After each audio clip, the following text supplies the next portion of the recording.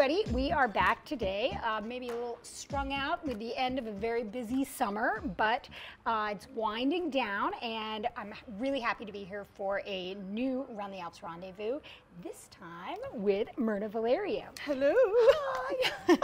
So for those people who have never watched a Run the Alps Rendezvous before and you've never participated in one, I'll tell you what to expect. It's pretty simple.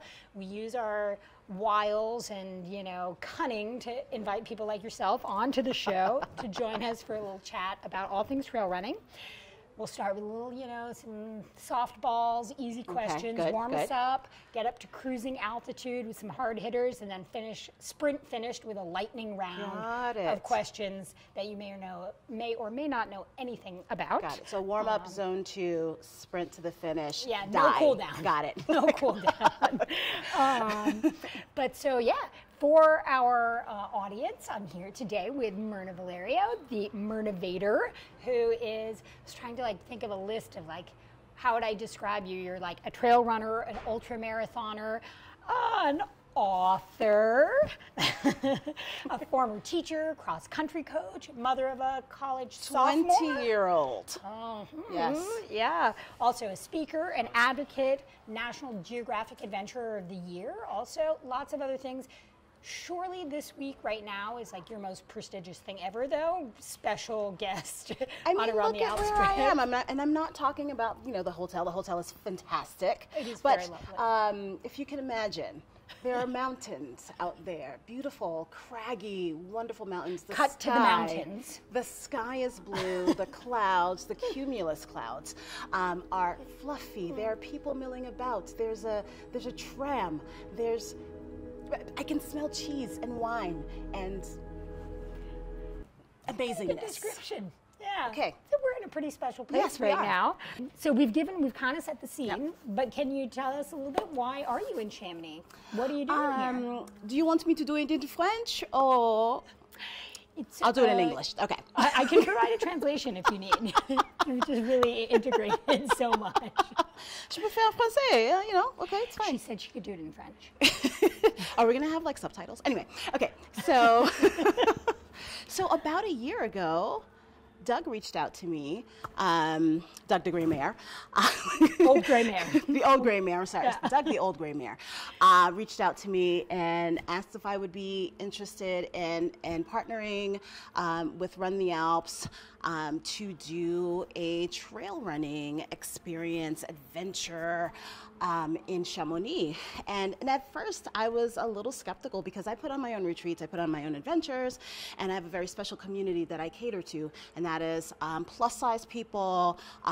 They tend to be mostly women or women identifying people, and people who run slowly, but are veteran runners who have done races, who have been running for a long time, but who aren't fast. And so after a couple of conversations, and after learning that Doug actually appreciates my humor, my Northeast humor, I was interested, and I said, I think that my community, my people would love something like this. And as we are here, they are having a phenomenal time, and we'll get into that in a little bit. Oh, well, I'm very glad to hear that, and we're really glad that you're here. I watched an older REI video that you did, and you were doing a 12-hour race. It's maybe ringing a few bells, but in the video you said, I actually didn't look at the race course at all, so I'm just going to discover it as I go. I'm curious, before coming to Chamonix, did you research where you were going to be going, or were you Do I even know what we're doing tomorrow? No.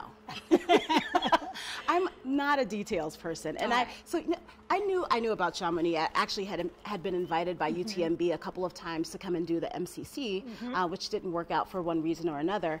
And but I finally got to come here, so I know it's the birthplace of what we know as trail running, and what mountaineering and alpinism.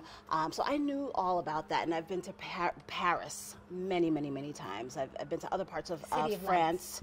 I've studied opera in Nice, and so I'm very familiar with France, but I'd never been here in the context of outdoorism or being an outdoors person, and so this is really, really special to me.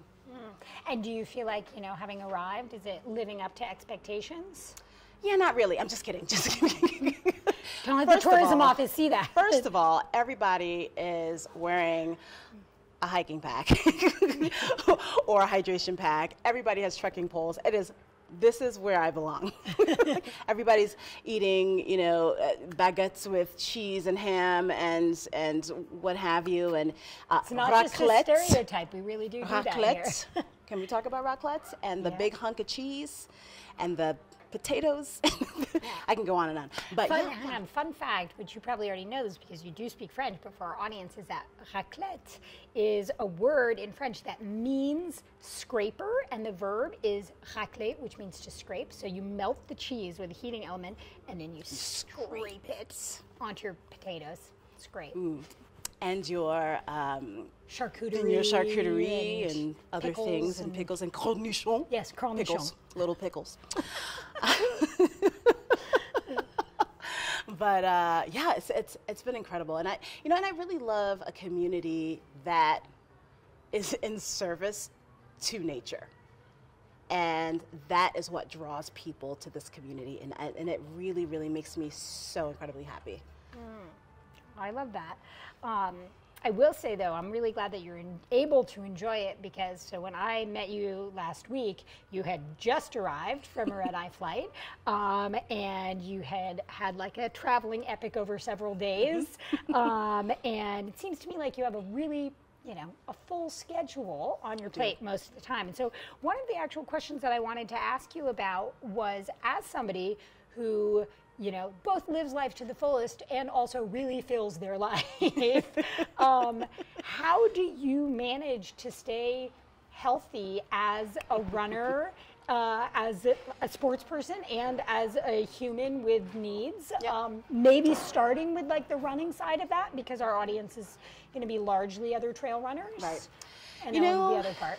I will say that I'm still not very good at staying healthy as much as I need to be. I do travel a lot. 80% of my year, 80% of my work is travel related. And so sometimes I struggle with getting enough sleep and with taking days off. I'm getting better at it, though. I will say that I've been focusing on that particular aspect of being an athlete, because the recovery is very, very important. The sleeping is very important, for all sorts of things, for mental recovery, obviously for physical recovery, for emotional recovery and rest. And so I've been focusing on that more. And actually today I took the morning off so I could lie down. Did I lie down? I tried. But I'm getting better. I'm very aware of what I need to do, and so I'm doing it more and more. I will say, and so yeah, it's really important. It's my work. I can't believe that this is what I do for my job. Among other things, and it's really, really cool. But I also, in order to do my job, I have to make sure that I am well. That I'm energized, and I can act like I'm energized. I am a performing artist, I know that well. I'm very energized right now. But yeah, so it's a whole bunch of things that I have to take into consideration as a runner, as a speaker, as a mom, as a writer, as a human being. Yeah, that's a lot on your plate, and I think I certainly know that, for my own practice as somebody who is also traveling, not nearly as much, but filling things up. It's I'm actually much better at do what I say and not what I do. Right. Yeah. But what about things I saw actually a great video of you showing the 90-90 mobility get-ups. How about I don't know, strength training, stuff like that to reinforce your body, because a lot of time when you're also combining running with additional fatigue from all the other stuff, it can be a lot, right? Yeah. I work with a couple of people. I was going to ask if you had an entourage. I do have an entourage. I do have a lifting coach that I work with off and on, depending on whether or not I can be in Vermont working with him one-on-one. And then I have a person that I used to work with one-on-one in person. He's from New York. His name is Lawrence. He talks like this. Oh. He's ex-military. He's ex-NYPD. And he is really who I consider to be my mobility coach. And I've learned all that stuff from him. All of the sort of the hip rotational things, because I really need all of that. Oh, we all really need all of that, especially as I need that. Right. Especially as we age, that functional mobility, that ties into, all the accessory muscles that we use when we are lifting or when we are running or doing anything outside. So those are the people I work with, and I have a running coach, Coach Mike, who's out in Idaho, and in fact, in a few weeks, I'm going to work with him, fly to Idaho, and we're going to be together one-on-one, so that's going to be fun. Love you, Mike.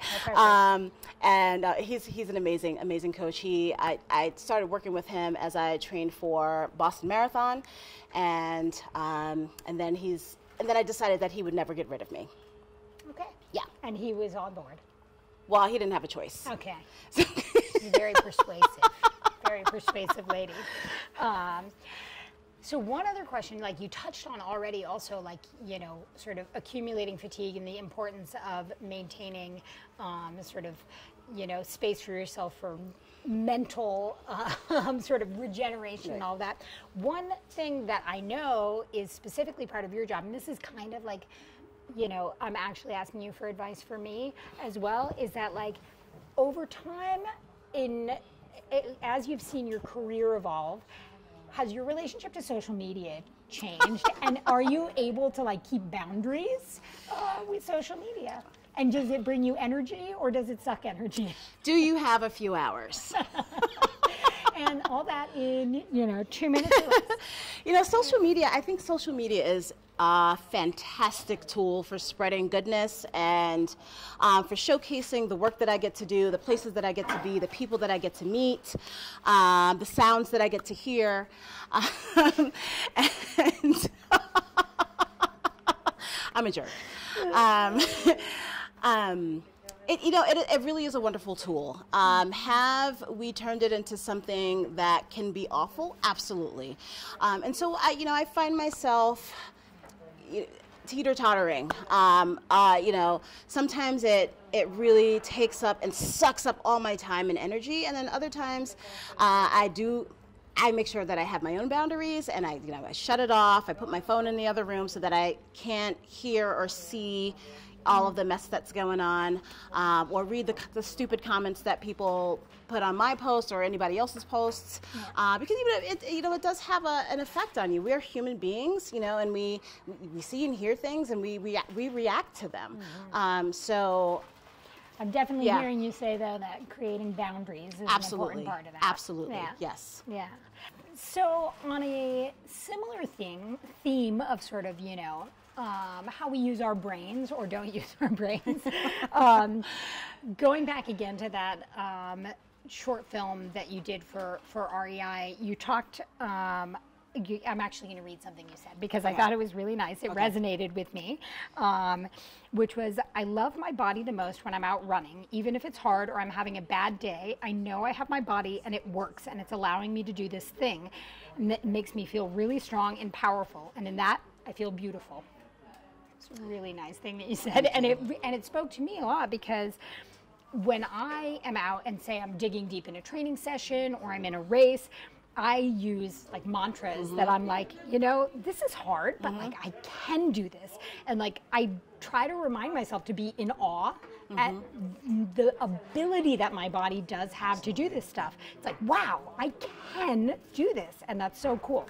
And so because you're, kind of an old hat, long and grueling events and things like that, stage races or 12, 24-hour stuff, I'm curious if you have mantras, things that you repeat to yourself when you're like in that famous pain cave? Yeah.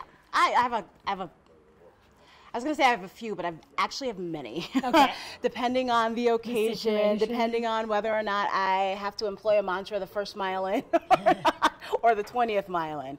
But the one that I use most frequently is step over step. And it comes from a rather problematic book. Tiki Tiki Tembo. Right. We're not recommending in it. the story, the part that's not racist, in the story, there's a grandfather who takes his grandchild on a long journey to go save another grandchild who is stuck in a well. And so the long journey occurs, and they're walking and walking, and the kid's getting tired, and the grandpa says, step over step, step over step. And that's something that I say to myself all the time. I might say it out loud. I might do some sub-vocalization of it. But the rhythm actually helps me get back into my body and into my mind, into my brain, so that I can just keep going. And it's kind of like a meditation, right? That sort of rhythmic nature of the mantra helps. It kind of, it mimics the movement of my feet and my legs. And it just really focuses me, it gets me back into the moment and helps me move forward. So step over step is one of them. Another one, when I'm angry at myself, or when I'm angry at the trail, or I'm angry at the race director, or everybody else on the course, or my feet, I will say, just get the job done. Mirna, get the job done. Mirna, get the job done. Or do your job. Because it is my job now. I mean, I'm not doing FKTs or podiuming. Is that even a verb? Anyway, I'm not doing any of that, but that's not why I do what I do, right? I forgot what I was about to say. Well, I just wanted to point out, because I'm so, curious if you've ever noticed something that you just said when you were talking about your mantras. Because I do the same thing, is that I find sometimes when I need that extra boost, I go from talking in the first person to talking in the third person, where I'm talking, like, I'm outside of myself and talking to myself. So you're like, Mirna, get the job done. And that's like, I'm sure there's like a psychological thing going on. You're occupying this exterior person being like, like an exterior coach, or like, Mike, Mirna, get the job done. You know, he'll often send me, I think he's a robot, but he'll often send me probably messages or texts when I'm out, and he just knows when I'm having a hard time, and he'll send me something like, the obstacle is the way. And I'm like, how did he know that I was having a hard time on this trail? Oh my goodness. And I know The Obstacle is the Way is a Ryan Holiday book, I know that. But I mean, it's still a really helpful phrase. And then I just get through it, or over it, or crawl under it, and I get it done. Okay, so the flip side of that, though, and this is a question that I have, which is, how in your experience as a runner have you learned, and maybe have you learned to differentiate between, like, okay, when am I in the pain cave, and Mirna, you got to just get the job done, and knowing now's the time I need to listen to my body, and maybe now's not the time to push it, and I should just say, I'm going to turn around here, like, it's cool. And I will use today as an example. I wasn't feeling well this morning, but in my mind, I said, well, I got to get this done, because I got to get this done. This is my group here. And but as I started ascending, I immediately knew that it wasn't going to work out today. I immediately knew that my body wasn't going to do it, and if I pushed too much, there would be consequences. One of those consequences could have been me falling off a cliff, and I didn't want that to happen. Nobody wants that. I want to die in Brooklyn, not anywhere else. So, and this is not Brooklyn. But a couple of years ago, I would have pushed on, and then I would have felt worse than I did this morning, and maybe I would have gotten injured, and then I wouldn't be able to run or hike for weeks or even months. I don't want to do that. And so, like, it definitely, the learning has definitely come with being older, and having learned those lessons earlier. So, sometimes it does take going through something like that and getting injured to actually learn it. And you get wiser, and then you stop when you need to. You know, on the other hand, sometimes I'm like, you know, I'm just not feeling it, but I have to finish. And you just do it. Or sometimes I'm not feeling it and I turn around. You know, I did that. There was a half marathon a couple of weeks ago, and I had been traveling, you know, for maybe 6 weeks straight, which is a long time to be out. And, you know, 7 miles in, I was done. I said it was a great 7 miles. I got some nice vert in. I asked the lovely people at the aid station to give me a ride to the start because they were done, and it was great. You know, so.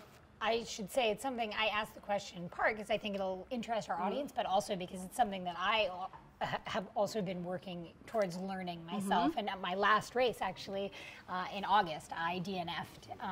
And for me, I knew, like, I know you live highs and lows in a race, right? Like, or any outing, you're usually going to have like some good moments, and sometimes it's going to be hard. But on this day, it was suffering from the start for 2 hours, and I was like, you know what? No. And guess what? And I don't regret it. There are other races. You know, I think we should change DNF to did not do anything stupid. That's a good one. We did DNDAS.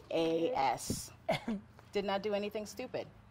I like that. You know, and we never know what people's reasons are for DNFing. You know, so sometimes you're just not feeling it, and that's okay. Yeah, no judgment. You know, unless you're getting paid to the podium.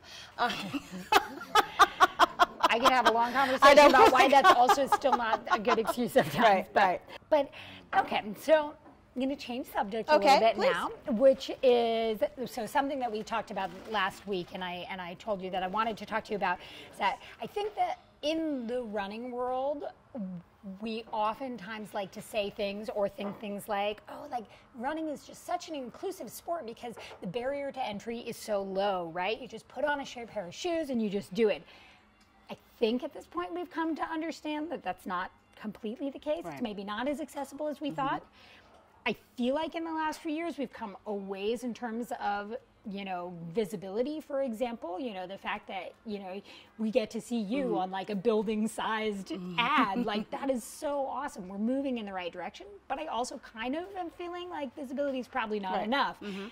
You're here because Run the Alps was not running a slow as trail running trip before, and so I'm really psyched that that opportunity is there now. But do you have any, you know, what would you say if we said, well, what should the outdoor, not globally, and it is asking you to do some of the work, but like, what else can we be doing? A couple things, like say, oh, well, this would be really good. You know, when you strip the sport of running from like everything that does not include the body, the actual physical human body, it is inclusive, right?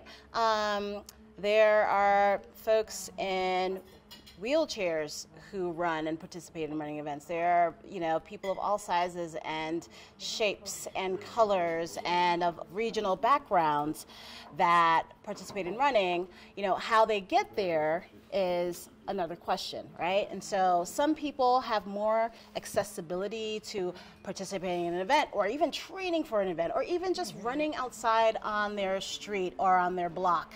I've had the experience myself where I am very well resourced, right? I have sponsors, I have endless clothes and endless shoes and endless opportunities to travel and to be in incredible places like here in Chamonix. But you know, and that's that's at a different level than most people. But a lot of people don't have access to even maybe a pair of running shoes or a trail. Maybe they live in a city. Maybe they don't know how to get into running or any other sport because maybe it's not part of their home culture. And so there are all these all of these factors, which can or cannot be a barrier to someone entering the sport. And, you know, it could be financial, it could be, again, you don't have access to trails. Maybe your neighborhood isn't safe to run in. Maybe, maybe you are a plus size person and you are afraid of going outside or getting on a treadmill or going to a gym because people will make fun of you. And they do all the time, right? I've gotten looks here. Because I don't look like your typical outdoors person. I don't look like your typical runner. I run slowly. People might laugh at that. They might snicker, but you know, I'm my own person. I know who I am, and you know, and I have strength that comes from inside. Not everybody has that though. I was going to say, you know, that not everybody has built that, right? And so, but you know, and that's another barrier to fitness in general, and to you know, being outside and you know, showing your body and doing the thing that you know your body is intended to do. Your body is intended to move, right? And so, you know, when we say you know, running is inclusive, it is. The sport itself, the movement, not the sport, the movement is inclusive, because anybody who has a body can, most people who have bodies, not all, can move. We know that there's a segment of the population that is disabled and that maybe they're not able to do that. But the more we do have visibility and representation in all areas of the sport, you know, whether it's on a trail, or whether it's like doing sky running, you know, whether it's out doing road marathons, or 5Ks, or the Fifth Avenue Mile that just happened, the more of the variety and incredible diversity of humanity that we invite into the sport and also share resources with, the more diverse the sport will be, the more representative of the entire world it will be. But if we hoard resources, that won't happen. And when I say hoarding resources, you know, not sharing the bounty of the trails that you're on, being angry when somebody geotags a trail, like the Long Trail in Vermont. I had this thing happen to me where I was on the Long Trail. The Long Trail is one of the most famous trails in Vermont. It is not private, right? It is a public trail. People got really angry that I tagged the Long Trail. But what I want to do is I want to show people where I am. And I get it, they're very, very pristine natural resources that we want to protect, and we don't need thousands and thousands of footprints on it. I get that. Those places I'm not going to tag, especially if they're on private land, but things that are public, I want Black people to come to the trails that I'm on, because I want them to know about it, because otherwise a lot of people wouldn't know that a person like me could be on a trail. Right? There was another thing that happened when I've done some work with the Nature Conservancy in Vermont. Yep. More Vermont talk, sorry. And it's nationwide. Yeah, it is. It is nationwide. It is. I think it's actually. Isn't it international? The Nature Conservancy, and yeah. So, but there's a chapter in Vermont, and I did some work with them. And one of my jobs was to do a canoe trip to on a reservoir to an island in the canoe in the reservoir. And so we canoed out to this island. I did my social media thing. This is when social media does good for all of humanity, right? You know, I post my things. I give my keynote to them. A year later, the director of the Nature Conservancy in Vermont is at that same spot camping with her family. Up canoes a Black family from Massachusetts. And they start talking, and she asked them, well, how did you find out about this island, this whole reservoir on the island? Oh, we follow this lady called Mirna Valerio, and she was here last year. And so we thought, well, if she's okay, and if she does this kind of thing, we can do that too. That's a beautiful story. And that is, I mean, that's the moral of the story, right? There's a lot that goes into that, because it's not just representation. They hired me. They hired me to educate them. They hired me to do the social media thing. It's very multi-layered. They hired me to speak on a bunch of different subjects with them. And then they followed up. And so that doesn't happen all the time. right? The follow-up, the actual engagement, the actual work. You can do one or two things and then check your list off, but you haven't really done the work. But I loved when we were talking about this the other day, I do love what you told me about, like, the importance of the follow-up, right? You don't just do the thing, including, like, say you're a race organizer and you want to invite somebody. It's not a one-off. Right. That's not meaningful, right? It's got to be a longer. Right, longer and there, thing. and speaking of resources, that if you invite a person like me or someone else that is representative of a kind of community that you have not previously engaged with, it's one thing to invite them. Right? That's a step in the right direction. But that invitation has to come with resources. And I'm not just talking about financial resources, right? Like you pay for their flight, you pay for their lodging, maybe it's a press junket, maybe there's some expectations to do social media or to do some kind of writing, and that is very typical. That's kind of protocol with these types of things. But you also need to find a way to engage with their community, because you can't just have one person come and then, again, check that box off and then send them back home. That's not going to do anything. Maybe one other person will come and be curious, but you really want to engage that person's community. You want to have a relationship with them, a continuing relationship with them. You want to ask them, like, what did we do right? What did we mess up on? And take that feedback.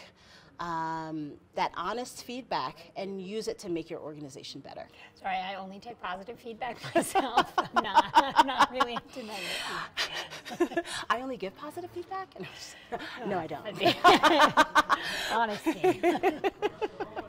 I mean, that's really great. And you did talk about, for example, the race that you've been to in the Azores. That's doing a great job with that, including you spoke about, like, the time cutoffs, like the accommodations that they make for different communities.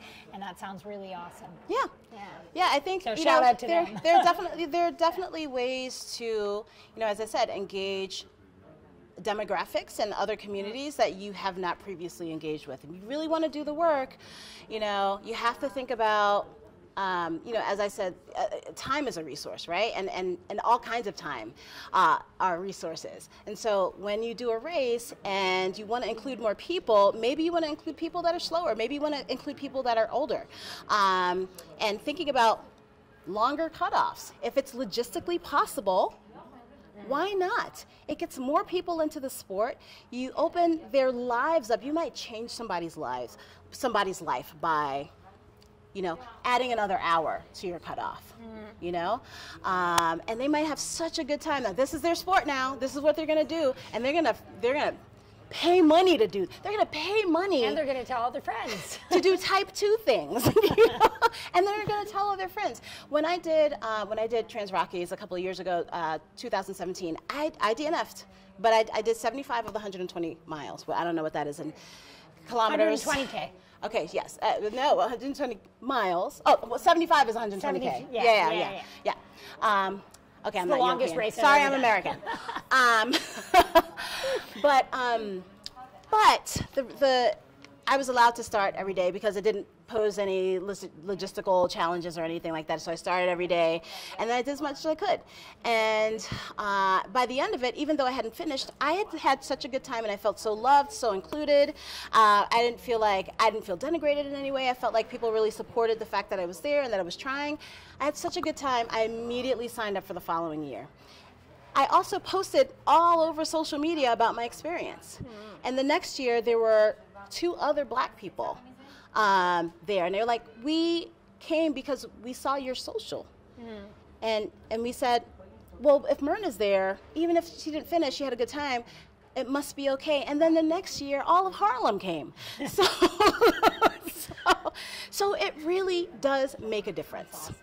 I think that you now have another project coming up. I was looking a little bit. I'd love for you to tell me a little bit about this project that you are working on with Lululemon called Further. Actually, also a little shout out to your Lululemon teammate Leah, who had an amazing finish at UTMB this year. She got 8th. Yeah. Top go 10, Leah, go top Leah. 10 at Western States and UTMB this year. Pretty impressive, gal. I'm so excited for her. Yeah, but so you have something planned with that team, I think March 8th, 2024. Yes. Can you tell me a little bit about what's coming, what we can expect from you? So yes, I was going to be like, I'm working with a brand.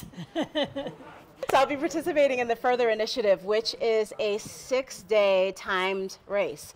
And the goal, the objective, is to run as far as you can in those 6 days. There is the possibility of one of the athletes, not me, contending for the world record of over 644 miles. Guess on who that one is. Yeah, I mean, I don't know who it might be. But that is the goal is for us to achieve all of our personal bests. And I do have a very specific goal in mind. I've done 120 miles at Trans Rockies, but that was at altitude. It was with a lot of climbing, and it was point to point every day. And this will be flat and fast on a trail, but not a technical trail, which is my favorite. But I hear you.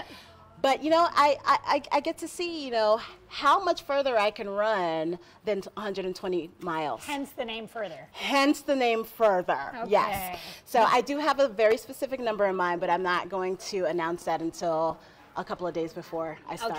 Okay. But what I love about that too is that, like, I bet that in sharing that experience as well, you're going to be showing people what is it like to just test the limits of your body. Yes. And I think that's so and cool. It's so cool. And the other thing is, it's a research project, right? We are because I'm a scientist. I'm not a scientist. I'm a singer. Anyway, they are doing lots of research on female endurance. And huge lack of that. There's almost nothing. And what the other thing that's really cool is that I get to participate in it as a plus size woman. Normally, when people in plus size bodies are researched, it is pathologized. When is this person going to get diabetes? When is this person going to die from a heart attack or a stroke or whatever? And there's never any talk about what can this person do with their body? When they've been running for this, you know, when they have this particular training age, how far can this person go? What else can this person do? How much, you know, how much can they run per day? How much can they run per week? And how does that change their lives? How does it change their metabolic profiles? How does it change their cardiovascular existence? I've never seen that research because I've actually been looking, you know, for peer-reviewed papers on plus-size people who run, and that are not about, they're going to get osteoarthritis, and actually that's not true, or any of the other pathologies that are discussed in reference to people who are plus size. I don't use the O word, and both O words. I don't use either of them. Yeah. So it is really cool really exciting. That is one aspect of the project as well. Yeah, and you know what? And the other thing is that they did body scans. They did. So VO2 the work has already started. It started in April. It's very intense. It's still very intense, but it's really cool to be part of the project. But, you know, DEXA body scans, blood tests, VO2 max, 2 VO2 max tests, and one in which I burst out into tears. I've never done one before. It's scary to me. It sucks, but I'm actually excited to do it again. I get to go in a couple of weeks and retest. We're going to do all of the blood tests and all of the body scans, and they weighed us, and there was no stigma in it. Like, here's where you are. It'll be really interesting to see where you're going to be in a couple of months with your training. And my training has been going so well.